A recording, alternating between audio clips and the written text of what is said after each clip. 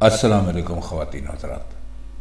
آج مرزا غالب کی جو غزل ہمارے سامنے ہے، جس پر آج ہم آپ سے بات کرنا چاہتے ہیں، وہ طویل غزل ہے۔ چونکہ ہمارے دوستوں نے ہم سے کہا ہے کہ غزل اگر طویل ہو تو آپ چاہیں تو اس کو 2 حصوں میں بھی پیش کر سکتے ہیں۔ چنانچہ سوچا یہی ہے کہ اس غزل کے بھی ہم 2 حصے کریں گے۔ اس کا پہلا حصہ ہم آپ کی خدمت میں آج پیش کر رہے ہیں، اور دوسرا حصہ انشاءاللہ کل ہم کوشش کریں گے کہ آپ کی خدمت میں پیش کیا جائے۔ تو چلیے چلتے ہیں، دیکھتے ہیں اس غزل میں کیا ہے۔ اس غزل کا پہلا شعر ہے: کل کے لیے کر آج نہ خست شراب میں، یہ سوء ظن ہے ساقی کوثر کے باب میں۔ خست کا مطلب ہوتا ہے کنجوسی کرنا، بخل سے کام لینا، کنجوسی کرنا، اس کو کہتے ہیں خست۔ اور سوء ظن کا مطلب ہوتا ہے ایک ایسا گمان کرنا، ایک ایسی بات سوچنا جو کسی کے شان کے مطابق نہ ہو۔ تو جب اب ہم اس غزل کی پر آگے چل کے بات کریں گے تو آپ خود ہی سمجھ جائیں گے کہ ہمارا اس سے کیا مطلب ہے۔ اور ساقی کوثر کہا جاتا ہے حضور پاک صلی اللہ علیہ وآلہ وسلم کو، کیونکہ مسلمانوں کے عقیدے کے مطابق جب قیامت کے دن بہت افراتفری کا عالم ہوگا اور سورج کی روشنی بہت تیز ہوگی، دھوپ ہوگی اور لوگوں کو پیاس لگ رہی ہوگی، تو حضور پاک صلی اللہ علیہ وسلم ایک چشمے پر کھڑے ہوں گے جس کا نام کوثر ہے، اور وہ ایمان والوں کو اس سے پانی پلا رہے ہوں گے۔ تو آپ کو ساقی کوثر اسی لیے کہا گیا ہے۔ باب میں کا مطلب ہے کہ متعلق۔ تو اس کی بہت اچھی تشریح خواجہ الطاف حسین حالی نے کی ہے۔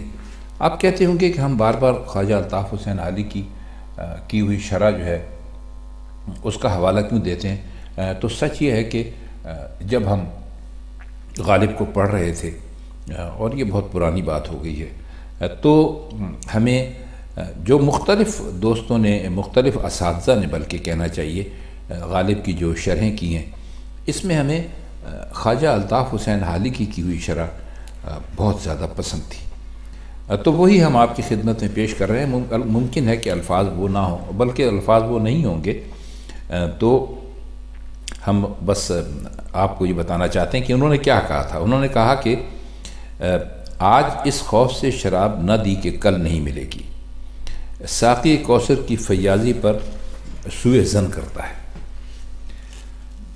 اب کل کے لیے کے 2 مطلب ہو سکتے ہیں، ایک تو روز قیامت کے لیے، دوسرا آنے والے دن کے لیے، جس کو فارسی میں فردہ کہتے ہیں۔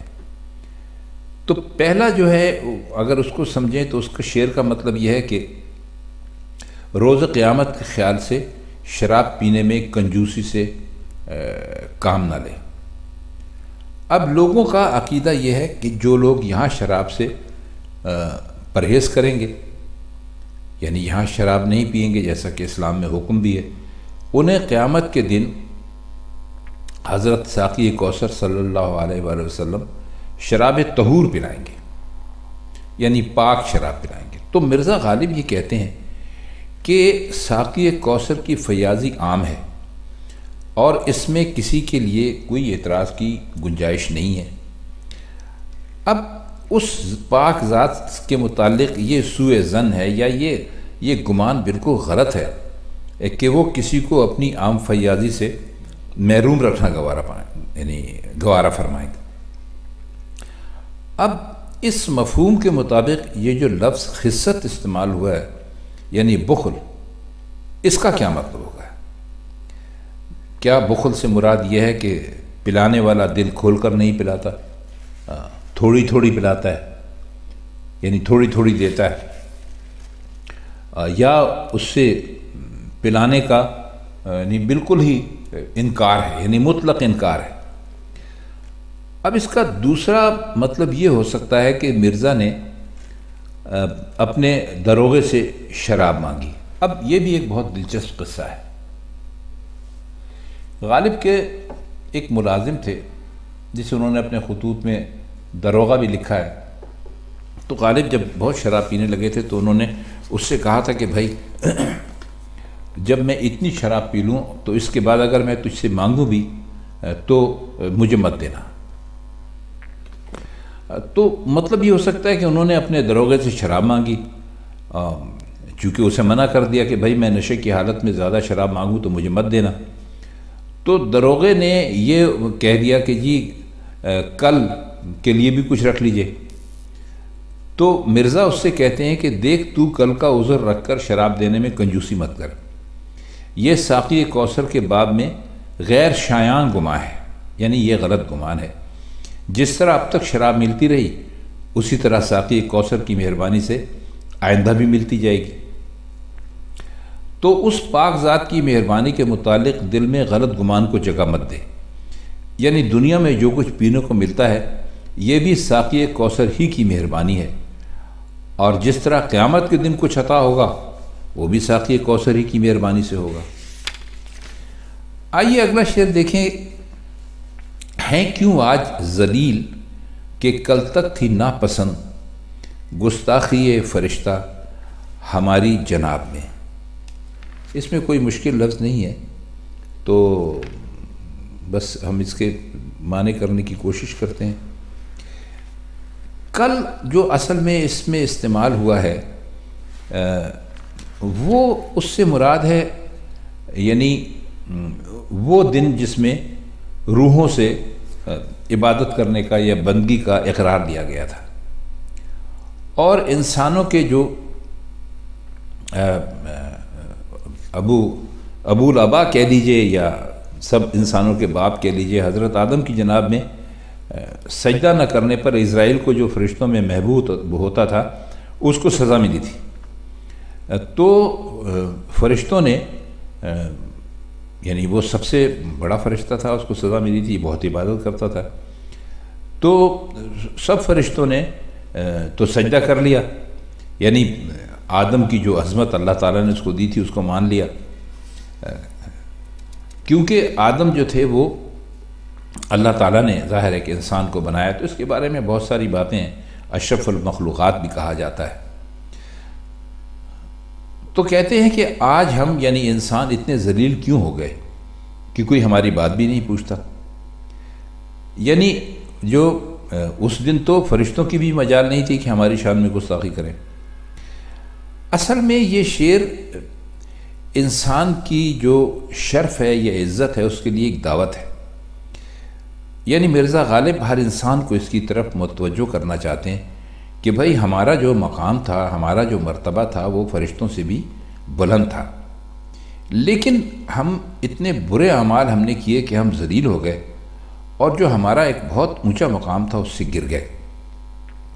تو ہمیں سوچنا چاہیے کہ ایسا کیوں ہوا، اور ہمیں وہ اعمال چھوڑ دینے چاہیے جن کی وجہ سے ہم ذلیل ہوئے ہیں۔ اس شعر میں ایک جو یعنی خاص ایک لفظ ہے وہ ہے کیوں۔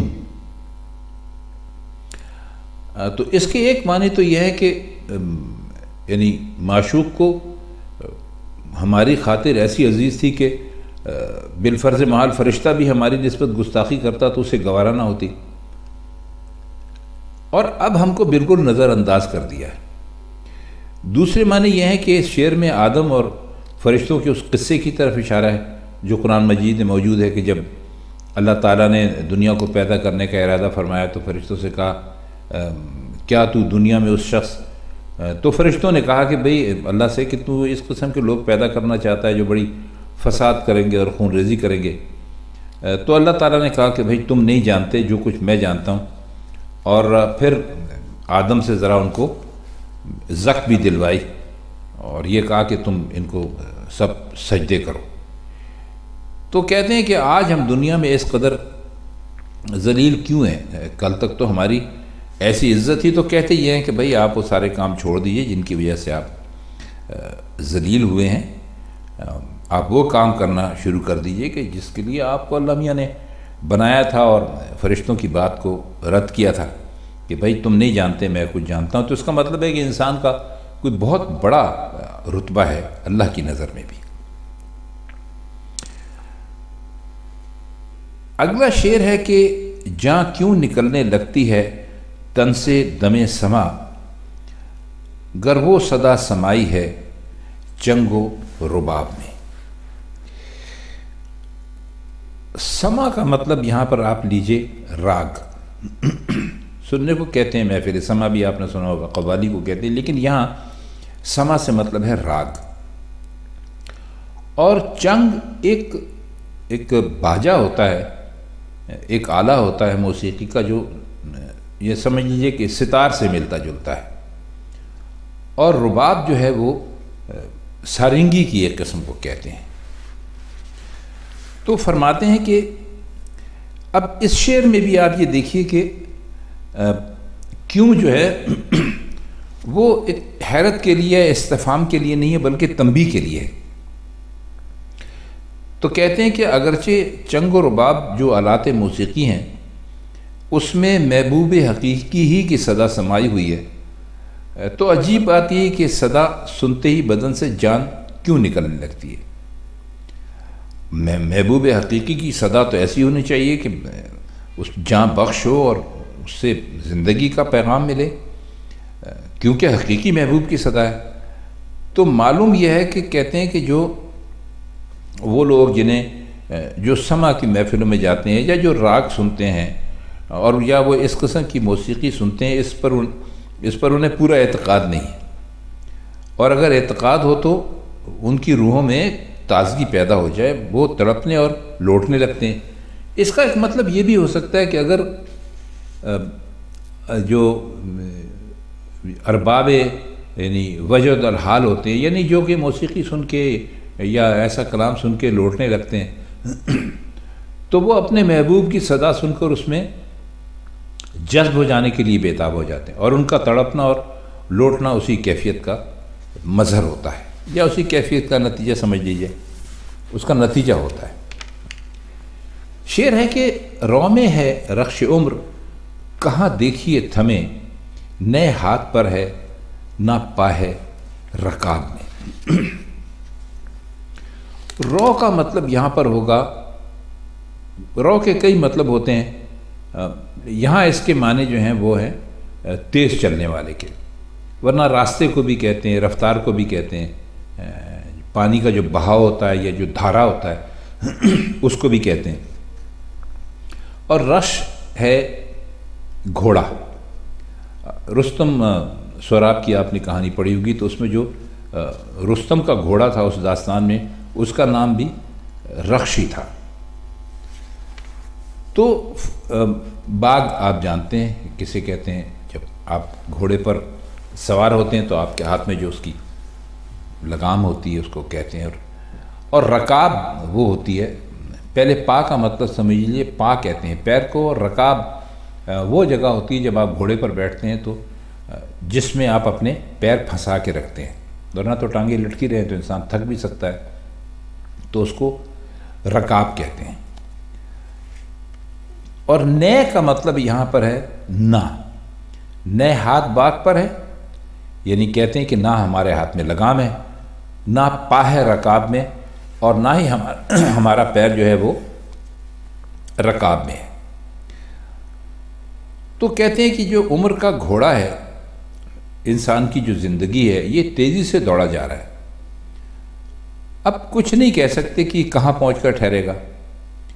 ہم اس پر سوار تو ہیں، لیکن حالت یہ ہے کہ نہ باغ ہاتھ پر ہے، نہ باغ پر ہاتھ ہے، اور نہ پاؤں رکاب میں ہے. اب دیکھیے، انہوں نے مرزا غالب نے اس شعر میں انسان کی زندگی کی بے بسی اور بے اختیاری کا نقشہ کتنا اچھا کھینچا ہے. یعنی گھوڑے پر انسان سوار ہو مگر اس پر اس کا اختیار نہ ہو، یعنی نہ لگامیں اس کے ہاتھ میں ہو اور نہ اس کے پیر رکاب میں ہو، اور یہ بھی پتہ نہ ہو کہ جو گھوڑا جو سرپٹ دوڑا جا رہا ہے، تیز نکلا جا رہا ہے، اس کا رخ کس طرف ہے اور وہ کہاں پہنچ کر رکنے والا ہے؟ تو اس سے بڑھ کر سوار کی بے اختیاری کیا ہوگی؟ یعنی آپ کو ایک ایسی کار میں بٹھا دیا جائے کہ جس کا نہ اسٹیئرنگ آپ کے ہاتھ میں ہو اور نہ اس کے گیئر لگانے کی یعنی آپ کو وہ دی جائے، آزادی دی جائے، اور نہ اس کا ایکسیلیٹر آپ کو دبانے کے لیے کہا جائے، یعنی آپ دبا نہ سکتے ہو، تو آپ ایک بے بس کی طرح بیٹھیں اور وہ کار بہت تیزی سے چلی جا رہی ہے اور آپ کو یہ بھی نہیں پتا ہو کہ وہ مجھے لے کر کہاں پہنچے گی۔ تو یہ ہم نے تھوڑی سی جدید مثال اس لیے دے دی کہ آپ کو بات اچھی طرح آپ کی سمجھ میں آ جائے اور آپ کو اچھی طرح بات واضح ہو جائے۔ تو اب یہ عموماً سمجھا جاتا ہے کہ یہ یعنی اس قسم کی جو باتیں ہیں وہ بس غالب جیسے لوگ ہی کر سکتے ہیں اور ایسے الفاظ استعمال کرتے ہیں اور ایسا نقشہ یعنی لے کر آ جاتے ہیں کہ آپ حیران رہ جاتا ہے انسان۔ اچھا، اگلا شعر دیکھ لیجئے۔ اتنا ہی مجھ کو اپنی حقیقت سے بودھ ہے جتنا کہ وہم غیر سے ہوں پیچ و تاب میں۔ بودھ کا مطلب ہوتا ہے فاصلہ، یعنی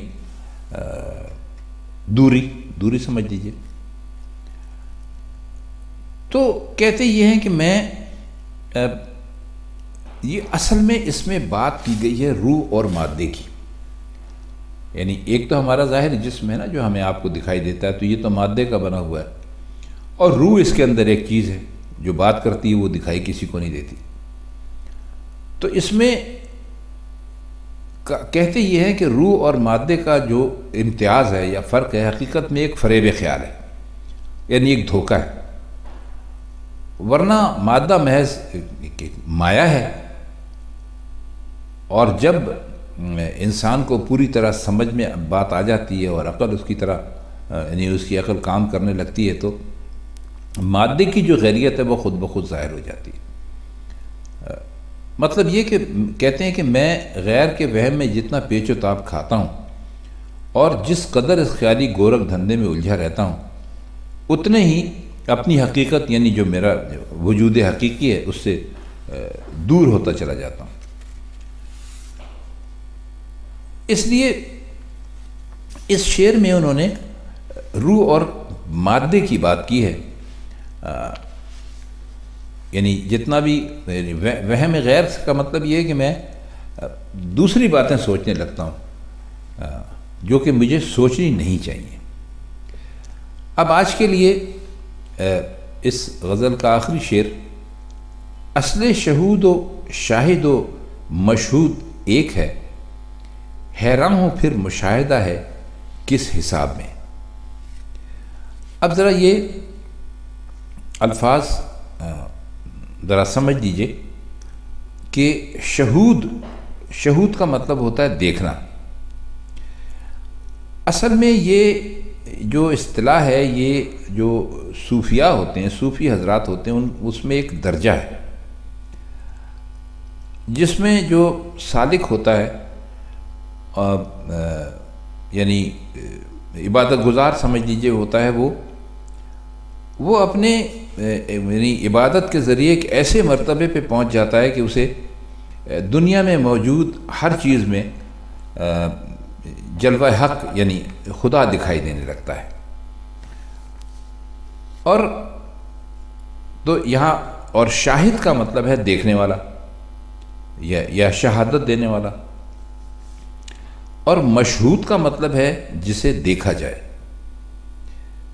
مشاہدہ یعنی دیکھنا، معائنہ کرنا کسی چیز کا۔ تو فرماتے ہیں کہ جب شہود، شاہد اور مشہود کی اصل ایک ہے اور یہ تینوں لفظ ایک ہی مادے سے ہیں، تو حیرت کا مقام ہے کہ مشاہدے کو کیا سمجھا جائے اور اسے کس درجے میں رکھا جائے۔